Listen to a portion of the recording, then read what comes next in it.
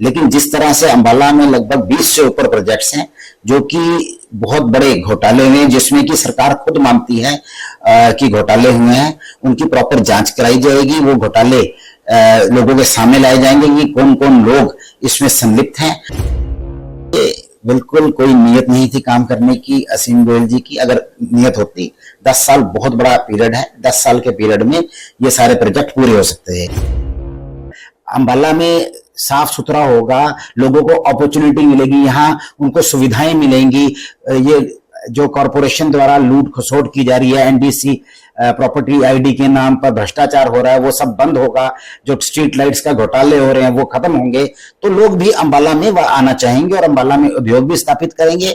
इसके अलावा अंबाला से जुड़ना चाहेंगे। विधानसभा चुनाव का बिगुल बज चुका है। आपको बता दें, सभी राजनीतिक पार्टियां और उनके नेता अपने अपने ढंग से प्रचार प्रसार कर रहे हैं। ऐसे में आज खास चर्चा में हमारे साथ एक ऐसे शख्स मौजूद हैं जो किसी पहचान के मोहताज नहीं हैं। हरियाणा कांग्रेस के पूर्व कोषाध्यक्ष रोहित जैन और कुमारी शैलजा के बेहद खास माने जाने वाले और टिकट के प्रबल दावेदारों में से एक रोहित जैन। उनसे बातचीत करते हैं। सर, स्वागत है आपका। जी नमस्कार। आज हमारी खास चर्चा में सर, इलेक्शन कमीशन द्वारा डेट अनाउंस कर दी गई है चुनावों की। समय से पहले ही चुनाव की किसी ने सोचा भी नहीं था, सब हैरान हो गए एकदम से। ऐसे में सर, क्या कुछ तैयारियां हैं चुनाव की कांग्रेस पार्टी की और खास तौर पर आपकी?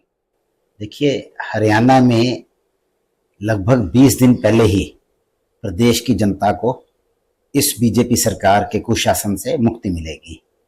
और जहां तक हमारी बात है, हम लोग चुनाव के लिए पूरी तरह तैयार है। अंबाला शहर की बात करें, जो 260 जो बूथ थे, अब 271 बूथ हो गए हैं। हमारी सारी बूथ्स पे टीम तैयार है और निस्संदेह बड़े मार्जिन से ये चुनाव हम जीतेंगे। जैन साहब, चुनावी सफर की बात करें, हर एक जो नेता है उसकी कहानी कहीं ना कहीं से जुड़ी होती है, चाहे वो छात्र राजनीति से हो, चाहे कॉलेज की राजनीति से हो। आपकी राजनीतिक शुरुआत कैसे हुई और क्या आपके परिवार की राजनीतिक एक हिस्ट्री रही?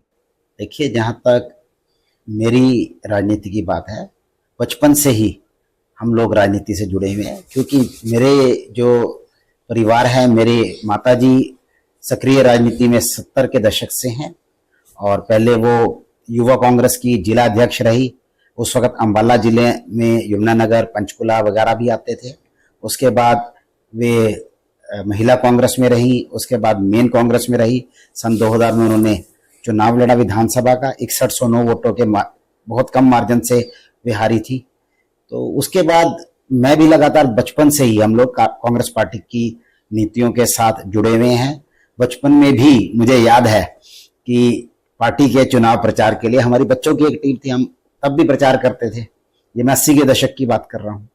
उसके बाद 1987 में मैं कॉलेज राजनीति में जुड़ा। पहले क्लास सीआर बना, उसके बाद मैं एग्जीक्यूटिव मेंबर बना डीएवी कॉलेज का, उसके बाद वाइस प्रेसिडेंट बना। उसके बाद कॉलेज से निकलने के बाद लॉ के बाद फिर दोबारा मैं यहाँ पर जो लीगल सेल हरियाणा कांग्रेस का था उसमें जनरल सेक्रेटरी बना। सक्रिय राजनीति में है। उसके बाद मुझे मौका मिला सन 2019 में, जब कुमारी शैलजा जी ने यहाँ पर लोकसभा का चुनाव लड़ा था। मैं उनका इलेक्शन एजेंट था पूरी लोकसभा का, और उसके बाद उन्होंने मुझे काफी बड़ा मान सम्मान दिया, मुझे प्रदेश का कोषाध्यक्ष बनाया। तो लगातार आप कह सकते हैं कि आज मेरी उम्र 50 से ऊपर है, लगभग 52 साल है, और पूरे आप कह सकते हैं कि पूरे जीवन में ही हम राजनीति से जुड़े रहे हैं और कांग्रेस पार्टी की नीतियों का प्रचार प्रसार कर रहे हैं। जैन साहब, कांग्रेस का एक विजन है, एक लक्ष्य है। आप टिकट के प्रबल दावेदारों में से एक हैं, कुमारी शैलजा के बेहद करीब हैं। सर, आपका अपने अंबाला के लिए क्या विजन है? क्या कुछ आपने एक खाका तैयार किया है कि पार्टी आपको मौका देती है, जनता के बीच में क्या कुछ लेकर जाएंगे, किन मुद्दों को लेकर? देखिए, मुद्दे तो बहुत हैं, और अगर हम पूरे देश में बात करें, प्रदेश में बात करें, बहुत ज्यादा मुद्दे हैं। लेकिन मैं अपने अंबाला की बात करूंगा। अपने अंबाला को लेके काफी हमारे जो सोच है ये है कि जो हमारा अंबाला है उसकी एक ग्लोरियस हिस्ट्री है, ऐतिहासिक हिस्ट्री है। ऐतिहासिक उसकी महत्वता है, तो वो चीजें आज मैं देख रहा हूँ गायब है बिल्कुल। हमारे अगर हम महाभारत काल से हम अंबाला को जोड़े तब भी अंबाला का सब जगह नाम आता है। अगर हम हमारे जो आसपास जितने भी तालाब हैं, मंदिर हैं, उनकी ऐतिहासिक रूप से कहीं ना कहीं वो लोग काफी प्रसिद्ध हैं। और अगर हम और भी चीजें बात करें अंबाला की, अंबाला एक बहुत बड़ा नाम होता था यहाँ पर। सिटी जो रेलवे जंक्शन है और या हमारा यहाँ पर एयरपोर्ट था जो बड़ा प्रसिद्ध करता था अंबाला को, अब भी है। तो अंबाला की ऐसी ग्लोरियस हिस्ट्री थी, लेकिन आज अंबाला बिल्कुल पिछड़ चुका है। जिस अंबाला की आप बाउंड्रीज, नाहन अंबाला के बीच में था, यमुनानगर अंबाला के बीच में था, पंचकुला अंबाला के बीच में था, यहाँ हम खन्ना तक की बात करें, उसको बिल्कुल छोटा कर दिया गया अंबाला को। और वो छोटा होते होते अंबाला आज ऐसा अंबाला बन गया कि जो देश के गंदे शहरों में उसका शुमार है। तो इस बात को लेकर सोचा है कि अंबाला में सबसे पहले गंदगी का जो टैग है हम सब ने मिलकर हटाना है। इसके बाद जो आज बारिश हो रही थी, तो बारिश के सीजन में पूरा अंबाला डूब जाता है। चारों तरफ आप देख सकते हैं कि चाहे हमारी कोई भी गली हो, कोई मोहल्ला हो, कोई सड़क हो, कोई सेक्टर हो, वाटर लॉगिंग रहती है।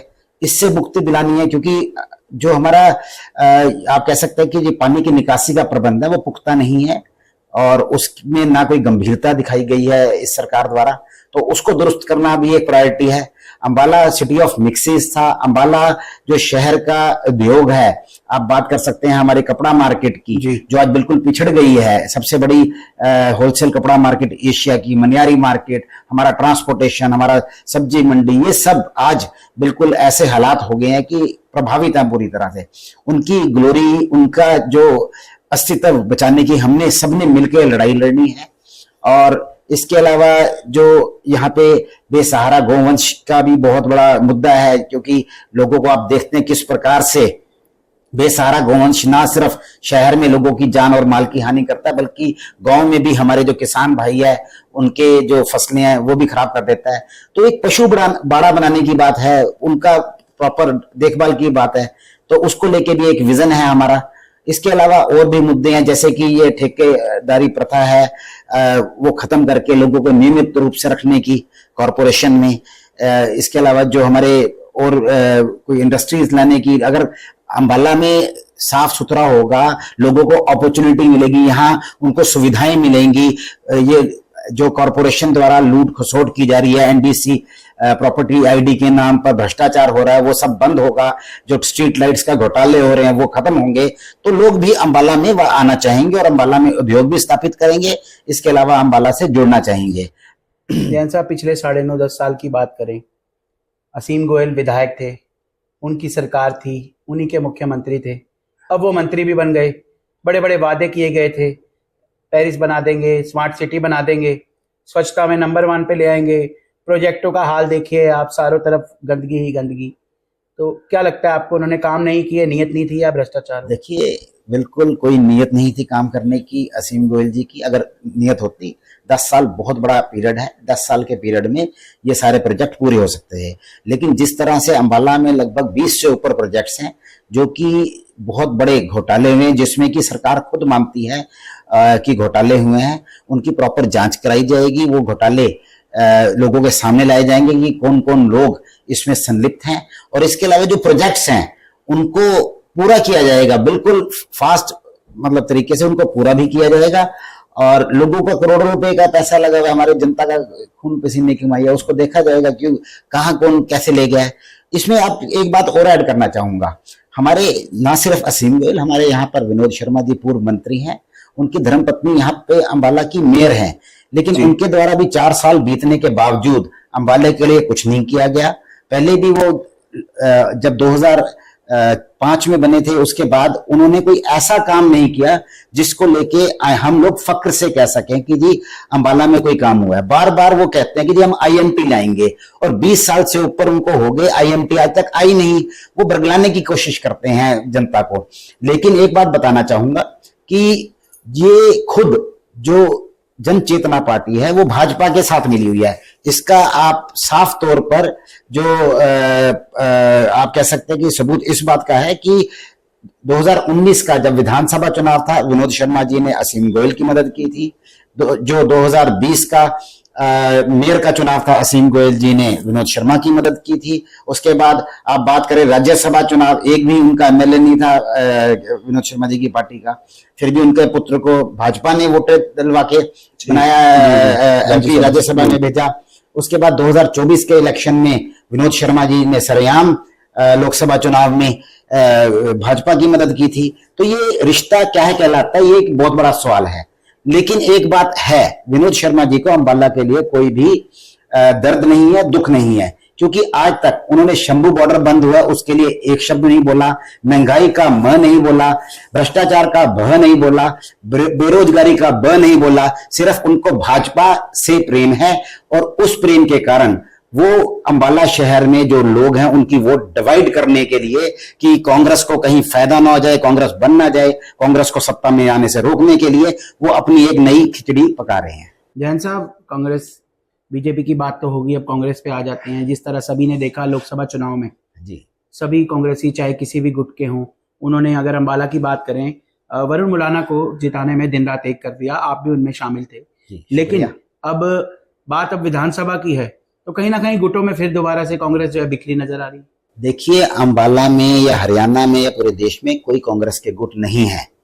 जहां तक अब टिकटों की बात है, टिकटों के टाइम पे लोग टिकट अप्लाई करते हैं और अपने अपनी टिकट के लिए लोग लड़ाई भी लड़ते हैं कि जी हमें टिकट मिलनी चाहिए, हर एक का हक भी है अप्लाई करने का। लेकिन मुझे पूर्णतः विश्वास है जिस दिन टिकट अनाउंस हो जाएगी उसके बाद सारे कांग्रेस जन एक ही मंच पे एक साथ इकट्ठे दिखेंगे और भाजपा को पराजित करने का काम करेंगे। सर, आप इकट्ठे की बात कर रहे हैं, कुमारी शैलजा जन संदेश यात्रा पार्ट 2 निकाल रही हैं, दीपेंद्र हुड्डा हरियाणा मांगे हिसाब निकाल रहे हैं। उनके प्रोग्राम में शैलजा गुट के लोग नहीं जाते, शैलजा जी के प्रोग्राम में दीपेंद्र गुट के लोग नहीं जाते। कल भी अंबाला में दीपेंद्र आए थे, वहां ऐसे कोई भी नहीं लोग दिखे। इसको किस तरीके से? ऐसा नहीं है। आप ये बताइए, क्या शैलजा जी जब प्रचार कर रहे हैं कांग्रेस का प्रचार नहीं हो रहा, या कोई और नेता प्रचार कर रहा है कांग्रेस का प्रचार नहीं हो रहा? सब लोग कांग्रेस का प्रचार कर रहे हैं, हाथ के पंजे का प्रचार कर रहे हैं, राहुल जी का संदेश, खड़गे जी का संदेश जन जन तक पहुंचा रहे हैं। तो इन जो जितने भी प्रदर्शन हो रहे हैं उससे कांग्रेस पार्टी को मजबूती मिल रही है। ये नहीं है कांग्रेस कहीं कमजोर हो रही है। अगर मैं अलग प्रदर्शन कर रहा हूं, कोई और अलग प्रदर्शन कर रहा है, इससे ये मतलब नहीं है कि कांग्रेस में कोई फूट है। हर इंसान अपने समर्थ के अनुसार लोगों तक एक संदेश कांग्रेस का पहुंचा रहा है। और चुनाव का निशान तो हम यही बात करते हैं ना, आपने देखा मैं कितनी जगह गया हूं, हमेशा यही कहता हूं ना जी, आपने सिर्फ एक जगह वोट देनी है, कांग्रेस को वोट देनी है, पंजे का निशान देखना है। तो यही तो बात है। सब आप मानते हैं कि हाथ जो है हालात बदलेगा? हालात बिल्कुल बदलेगा। जैन साहब, टिकटॉक की अगर बात करें, चाहे सर्वे की बात करें यहाँ, और लोगों में चर्चा की जाती है, तो टिकट के प्रबल दावेदारों में जो है मुख्य नामों में रोहित जैन का नाम आता है। क्या रोहित जैन आश्वस्त हैं कि टिकट उनकी होगी?